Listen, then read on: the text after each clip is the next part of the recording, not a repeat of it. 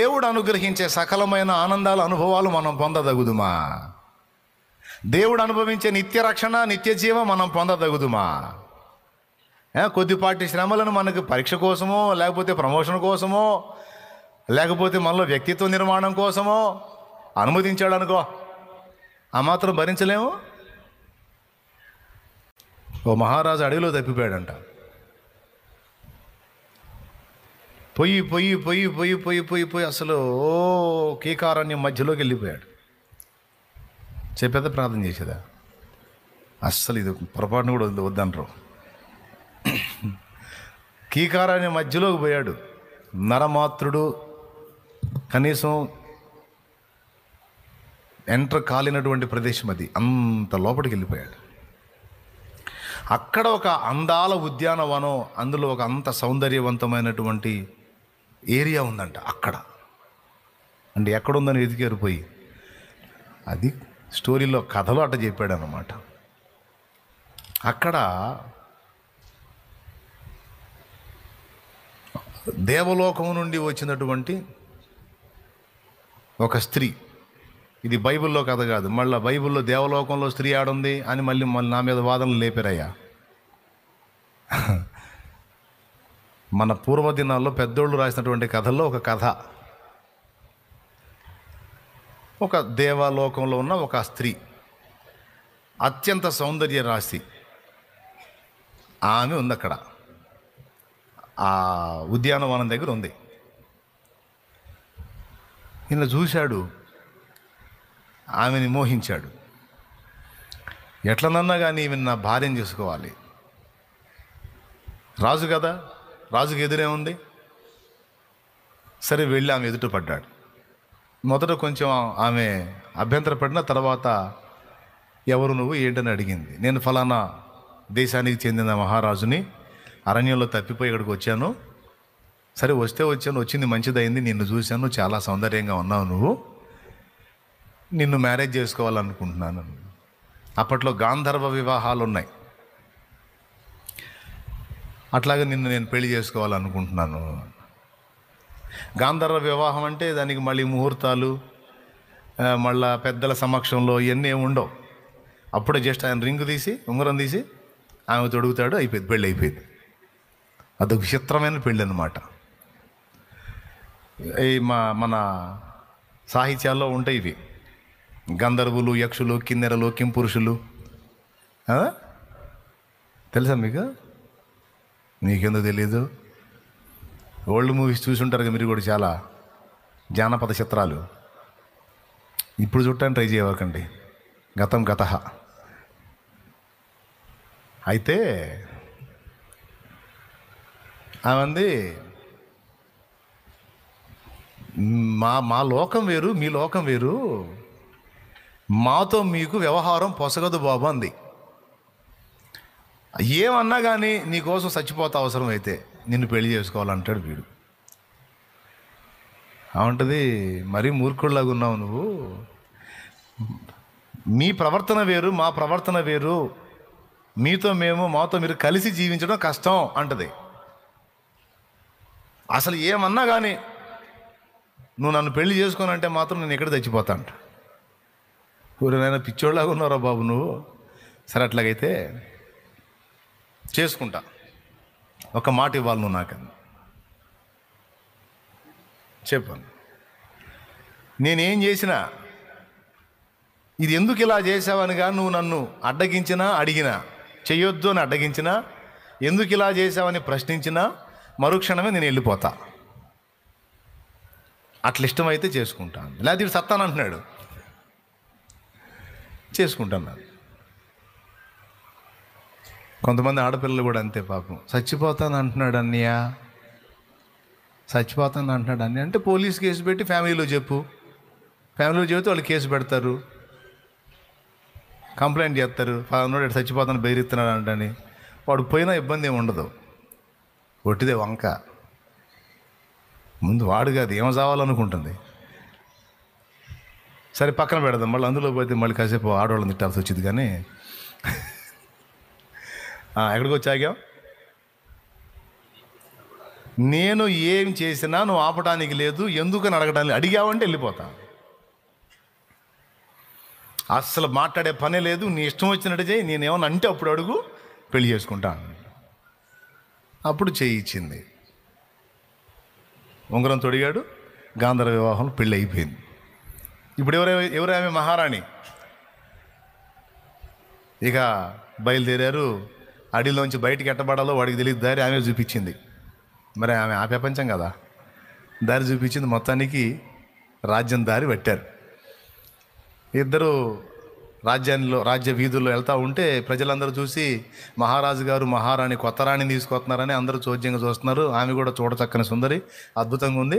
అందరూ కూడా తెల్ల మొఖాలు వేసుకొని చూస్తున్నారు, ఎక్కడి నుంచో తీసుకొస్తున్నాడని. సరే, ఎట్టకేలకు అంతఃపురానికి చేర్చారు. అంతఃపురాన్ని చేర్చిన తర్వాత ఇక భార్యాభర్తలు, వారి జీవితం ప్రారంభమైంది. హ్యాపీగా నడిచిపోయింది. మహారాణి గర్భవతి అయింది. మొదటి బిడ్డ పుట్టాడు. దాసీలు పరిగెత్తుకుంటూ వచ్చి, మహారాజా మహారాజా పండంటి మగబిడ్డ అన్నారు. వెంటనే మెళ్ళ ఉన్న హారం తీసి పండగ చేసుకోపోవడానికి ఇచ్చాడు. కాసేపటికి దాసి పరిగెత్తుకుంటూ వచ్చింది. మహారాజా మహారాజా, ఏంటి? మహారాణి గారు తమకు పుట్టిన బిడ్డను చంపేసిందండి. చంపేసిందా? చంపడం ఏంటి? ఏమో మహారాజా, ఏం జరిగిందని చంపేసింది. ఇది ఎక్కడ సైతాన్ రా నాయన, బిడ్డను చంపటం ఏంటి? ఆశ్చర్యపోయాడు. పోయాడు. తీరా ఆమె దగ్గరికి అడగడానికి పోయాడు. గుర్తొచ్చింది, నేను ఏ పని చేసినా ఎందుకు ఇలా చేసావని కానీ, చేసే పనిని అడ్డగించడానికి కానీ ప్రయత్నం చేయొద్దు. అలా చేస్తే ఆ మరుక్షణమే నేను వెళ్ళిపోతా. ఈ తీర్మానం మీద నేను చేసుకుంటాను అంది కదా. గుర్తొచ్చింది. ఆమె మహారాణిగా ఉండి తనతో పాటు భాగస్వామిగా ఉంటే అతనికి ఆనందంగా ఉంది. పోతే పోయింది బిడ్డ, నేను ఎందుకు అన్నాడంటే వెళ్ళిపోయింది. ఇంకా ఆమె మీద మమత తీరాలి ఆయనకి. అందుకని ఇంత దారుణం జరిగినా సరే మౌనంగా వెనక్కి వచ్చాడు. ఏం అడగలా. బిడ్డ పుట్టినా పుట్టినట్టే ఊరుకున్నాడు. అయిపోయిందిగా. సరే, అయిపోయింది.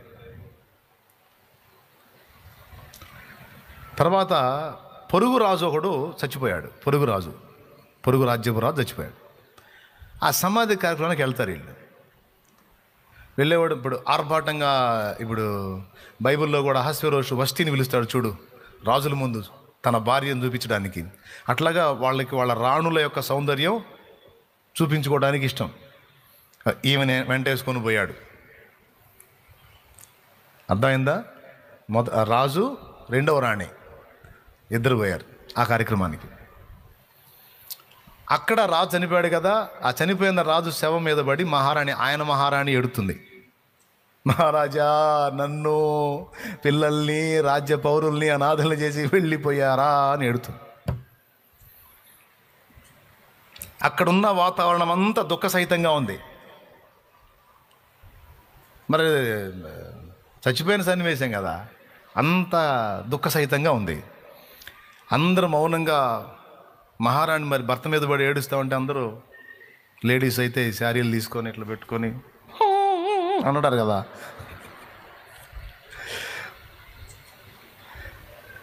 అట్లాంటి సన్నివేశంలో ఈమె పక్కున నవ్వింది, పెద్దగా నవ్విందంట. అందరూ ఏడుస్తుంటే నవ్వేసరికి అందరూ ఏడుపులా విచిత్రంగా వెళ్ళి చూసారు. పెద్దగా నవ్వింది, ఆకుండా నవ్వుతానే ఉంది. ఏం చేయాలో అర్థం కాక వీడికి, ఇదే మెంటల్ దాన్ని తెచ్చుకున్నాను నేను, పిచ్చిది, ఎక్కడ ఏం చేయాలో అర్థమై సావట్లేదు. అందరు ఏడుస్తుంటే నవ్వుతుంది అనుకొని, మహారాణి పదండి అన్నాడు. అక్కడికి పోదాం పదండి, అక్కడ ఇంకొక వినోదం ఉంది, అక్కడ ఇంకొక సంగతి ఉంది, పదండి అని. ఎందుకంటున్నావు అల్లా అంటే పోయిద్దిగా, అల్లా అక్కడ ఇంకోటి జరుగుతుంది పదండి అని. ఎక్కడికి తీసుకెళ్ళాడు తెలుసా? ఇక్కడ ఉంటే ఏదో ఒకటి నవ్వి ఏదో ఒకటి కొనకొచ్చింది, ఎందుకు వచ్చిన గొడవ అని ఈ మహారాజును చంపిన వాడిని ఉరితీస్తున్నారు. వీడి మీద హత్యాయత్నం చేసి చంపిన వాడిని ఉరితీస్తున్నారు. అక్కడికి తీసుకెళ్ళాడు. అక్కడికి తీసుకెళ్తే అక్కడ రాజ్య పౌరులందరూ దుర్మార్గుడిని ఉరి తీయాలి, బాగా కావాలి, ఇలానే కావాలని నవ్వు మొఖాలు పెట్టి వాడిని అందరూ కూడా దూషిస్తా, చంపండి మన మహారాజుని చంపాడు ఈ అంటా ఉంటే, అందరూ వాడి మీద కోపంగా ద్వేషంగా నవ్వుతా మాట్లాడుతూ ఉంటే వాడి ఉరితీతనే అక్కడ అందరు నవ్వుతుంటే ఈయన ఏడవటం మొదలుపెట్టి ఏడుస్తుంది పెద్దగా. వాళ్ళు బిత్తరపోయి చూసిరు ఇటు.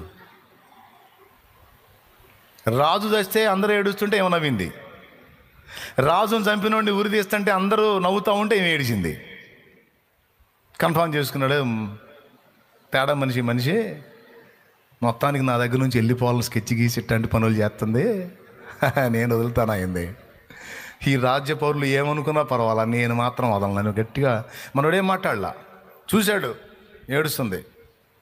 ఎందుకంటే పోయిద్దిగా అల్లా అలాగే వెళ్ళిపోయాడు, తీసుకుని వెళ్ళిపోయాడు.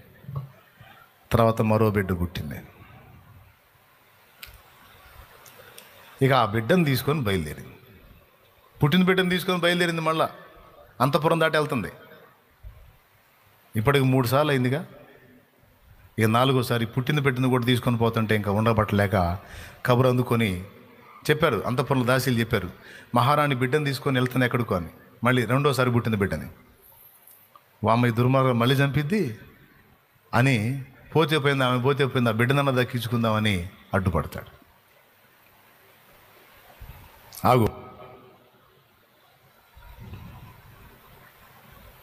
ఆగన్నావేంటి? నేను ఏం చేసినా ఎందుకు చేసావని అడగకూడదు, చేసే పనిని అడ్డగించకూడదని చెప్పా కదా, ఆగన్నావేంటి అంది. అన్నాను, తర్వాత ఏం జరిగితే నాకు తెలుసు, నువ్వు పోతావు, పోతే పోయావు, ఆ బిడ్డను నువ్వు చంపడానికి మాత్రం వీల్లేదు అన్నాడు. అప్పుడు నవ్వింది. నవ్వి, మహారాజా ఈ బిడ్డ నేను చంపడానికి కాదు, వీడిని బ్రతికించడానికే తీసుకెళ్తానన్నాను. అవునా, ఫస్ట్ వాడిని చంపినట్టు ఈయన కూడా చంపడానికి తీసుకెళ్తున్నావేమో అని అడ్డగించాలే అన్నాడు. సరే ఎట్లా అడ్డగించినా నువ్వు అడ్డగించావు, ఒప్పందం ప్రకారం అయిపోయింది, ఇక నేను వెళ్ళిపోతున్నాను అంది. ముందే చెప్పాను కదా నువ్వు ఆపితే వెళ్తానని, వెళ్ళిపోతున్నాను అంది. ఏడు మొహం పెట్టి, సరే ఇంక చేసేది ఏముంది, ఇంక నువ్వు ఆగమన్నా ఆగవు, ఒప్పందం ప్రకారం వెళ్ళిపోతావు, అయితే ఒక మాట, నువ్వు చేసే ఈ పనులు ఎందుకు చేసావు ఒక్క మాట చెప్పెళ్ళు అన్నాడు. అప్పుడు చెప్పింది, సరే ఎటు కూడా నేను వెళ్తాను కాబట్టి, ఇక నీతో ఉండను కాబట్టి, ఈ విషయాలు నీకు చెప్పిన తర్వాత కూడా నీ దగ్గర ఉన్నాను అనుకో, ప్రాబ్లం అయిపోయింది. ఇక ప్రతిదానికి నువ్వు నన్ను అడుగుతుంటావు, అందుకని నేను ఉండకూడదు ఇక నీ దగ్గర. కాబట్టి ఇప్పుడు చెబుతున్నాను విను. మొదట పుట్టినటువంటి బిడ్డని ఎందుకు నేను ప్రాణం తీయాల్సి వచ్చింది అంటే ఆ లాజిక్ చెప్తున్నాడు. ఆయన అడిగినప్పుడు చెప్తుంది, నువ్వు నాకు భర్తవి, నేను నీకు భార్యని. ధర్మం ప్రకారం నీ ప్రాణాన్ని కాపాడటం, నీ భవిష్యత్తును క్షేమకరంగా భద్రపరచడం నా మొదటి బాధ్యత. ఫస్ట్ నువ్వు, తర్వాత మిగిలిందంతా. నేను నీకు కనినటువంటి మొదటి బిడ్డ పెరిగి పెద్దవాడై నీకే ప్రాణహరణం తలపెడతాడు, వాడిని చంపుతాడు. అర్థమైందా? నేను మొదట ఎఫెక్ట్ చేసిన వాడు పెరిగి పెద్దయ్యాడంటే వాడు ఖచ్చితంగా నిన్ను చంపుతాడు. కాబట్టి అది నేను ముందటనే ఎరిగిన, ఎందుకంటే మాకు భవిష్యత్తు తెలుస్తుంది కాబట్టి ముందటనే ఎరుగున్నందున వాడిని మొగ్గలోనే తుంచేశాను. అంటే నా కడుపును పుట్టిన వాడు నా భర్తకు శత్రువు, నువ్వు లేకుండా వాడు లేడు కదా. కాబట్టి నేను వాడిని చిదిమేసిన, నా ఫీలింగ్ ఏంటంటే బిడ్డని చిదిమేసినట్టు కాదు, నా భర్తకున్న శత్రువుని చిదిమేసినట్టు. ఈ న్యాయం ప్రకారం నేను వాడిని తుంచేశాను. అవునా ఒరే, అసరే కానీ అక్కడ రాజు చచ్చిపోయినప్పుడు పోయాం కదా, అందరూ గోడుగోడిని ఏడుస్తుంటే నువ్వెందుకు అంతసేపు నవ్వావు అన్నాడు. నవ్వకేం చేయమంటావు మహారాజా, నవ్వకేం చేయమంటావు? చంపించింది ఆమె, ఏమీ ఎరగనట్టు అమాయకురాల్లాగా అంత ఓవర్ యాక్షన్ చేసి ఏడుస్తుంటే, ఆమె ఓవర్ యాక్షన్ దెబ్బకి అందరూ బుక్ అయ్యి వాళ్ళు కూడా ఏడుస్తుంటే, ఈ అందరి పిచ్చోళ్ళని చూసి నాకు పగలబడి నవ్వాలన్నంత నవ్వు వచ్చింది. మరి ఏం చేయాలి? ఆ రాజు శవం మీద పడి ఏడుస్తున్నామే నిర్దోషి అనుకుంటున్నారా? ఆమె నిర్దోషి కాదు, ఆమె దోషి. ఆమె అక్రమ సంబంధాన్ని ఏర్పరచుకొని దానికి అడ్డుగా ఉన్న మహారాజును తొలగించడానికి హత్య చేయించింది ఆమె. కానీ చూపరులకు నమ్మబలగడానికి నటన చేస్తుంది. ఆ నటన ఎంత రక్తి కట్టిందంటే చుట్టూ చూశాను, అందరూ బుక్ అయి ఉన్నారు.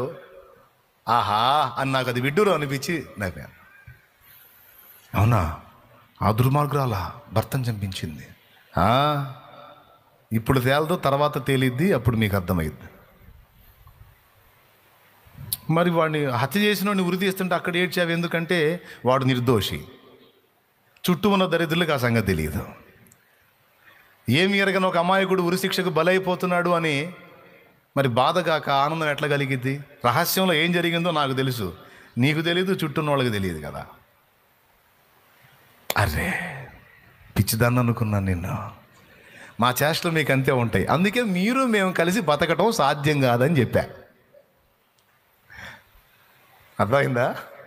మీరు మేము కలిసి మనుగడ సాగించడం కష్టం, మాకేమో జరిగినవి తెలుసు, మీకేం తెలియదు.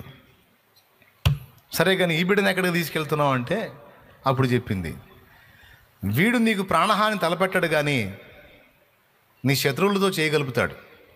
అందుకే వీడిని నీ సమక్షంలో పెంచకుండా ఒక సామాన్యుని ఇంటికి కానీ అప్పచెప్పినట్లయితే ఒక సామాన్యుడిలాగా పెరుగుతాడు, నీకు ఇబ్బంది తలపెట్టకుండా ఉంటాడన్న ఆలోచనతో వీడిని వేరే ఇంటికి పంపించాలని తీసుకెళ్తున్నాను నేను, అంతే తప్ప ఏం కాదు. కాబట్టి ఇది విషయం. ఇది తెలియక నువ్వు ఆందోళన పడ్డావు, నన్ను పిచ్చిది అనుకున్నావు, నువ్వేమనుకుంటున్నావు కూడా నాకు తెలుసు. స్తోత్రం. నా గురించి నువ్వేమనుకున్నావు కూడా. కానీ నువ్వేం చేస్తావు మరి? ఇప్పుడు చచ్చిపోతాను అన్నావు, మరి ఇక నీ తలోంచి తప్పలేదు. కాబట్టి నా బాధ్యత నేను నెరవేర్చాను, నీకు ఇచ్చిన మాట ప్రకారం నువ్వు అడ్డు తగిలావు, ఒప్పందం రద్దు అయిపోయింది, ఇక సెలవు అని జంపు. కథ కంచికి మనకు దేవుడు చేసే కార్యాలు కొన్ని వెర్రి కార్యాల్లాగా, వెర్రిమొర్రి చేష్టల్లాగా అనిపిస్తాయి, కానీ అందులో నీకు అర్థం కాని జ్ఞానం ఉంటుంది, నీకు అర్థం కాని మర్మం ఉంటుంది. సడన్గా ఒక నష్టం కలిగింది, ఎందుకు కలిగిందని ఏడుస్తావు నువ్వు, దాని వెనుకున్న ఆంతర్యం ఏంటో నీకు తెలియదు. ప్రతి విషయంలో అంతే, ఇది ఇలా ఎందుకు జరిగింది అలా ఎందుకు జరిగిందని ఏడ్చి మొత్తుకొని గగ్గోలు పెడతావు, కానీ భూత భవిష్యత్ వర్తమాన కాలములన్నీ ఎరిగిన వాడు నీకు తోడై ఉన్నాడని, ఆయనకు తెలియకుండా ఏది జరగదని, నీకేది అనుమతించినా నాకేది అనుమతించినా అన్నిటి వెనక సమస్తము సమకూర్చి మన మేలుకి, మన మంచికి, మన క్షేమానికి, మన ఆశీర్వాదానికి, మన అభివృద్ధికే తీసుకొస్తాడన్న సంగతి. ఇప్పుడు చెప్పండి, ఎవరి జ్ఞానం గొప్పదే? భూత భవిష్యత్ వర్తమాన కాలాలు ఎరిగిన వాడు ఆలోచన గొప్పదా? ఆయన నడిపింపులు గొప్పయా? లేకపోతే మన మట్టి బుర్ర ఇది గొప్పదా?